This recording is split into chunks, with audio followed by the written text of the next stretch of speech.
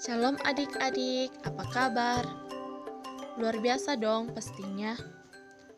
Kakak mau bertanya, apakah adik-adik pernah melakukan kesalahan atau temannya? Apakah adik-adik mengampuni sesamanya? Tentu, sebagai anak Tuhan, kita harus saling mengampuni. Jadi, tema kita hari ini adalah kasih atau di dalam bahasa Toraja, Pak Kamase. Apakah adik-adik mau mendengar suatu cerita? Baik, kakak akan menceritakan sebuah kisah tentang seorang hamba yang mencuri. Suatu hari, ada seorang hamba yang mencuri barang atau uang milik tuannya.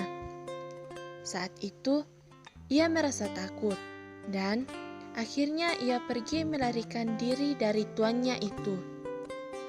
Adik-adik tahu nggak siapa nama hamba dan tuannya itu? Ya, benar.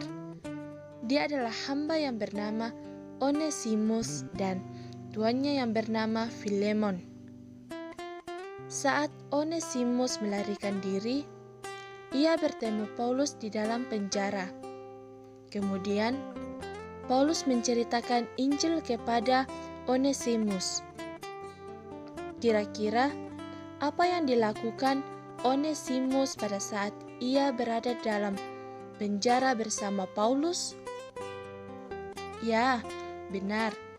Yang dilakukan Onesimus saat ia bersama Paulus dalam penjara adalah ia melayani Paulus dengan sepenuh hati. Dan Paulus pun menganggap Onesimus sebagai anaknya atau buah hatinya. Saat itu, Onesimus bercerita kepada Paulus tentang apa yang sebenarnya terjadi, sehingga ia melarikan diri dari tuannya itu. Lalu, apakah Paulus memarahinya atau membencinya? Tentu tidak. Malah sebaliknya, Paulus menuliskan surat ini kepada Filemon untuk mau menerima kembali Onesimus. Tetapi, ia bukan lagi menjadi hambanya, melainkan menjadi saudara yang kekasih dalam Tuhan. Filemon pasal 1 ayat 16. Dan ia berharap Filemon mau menerima Onesimus kembali. Dan Paulus menjadi jaminan ia akan melunasi semua hutangnya kepada Filemon.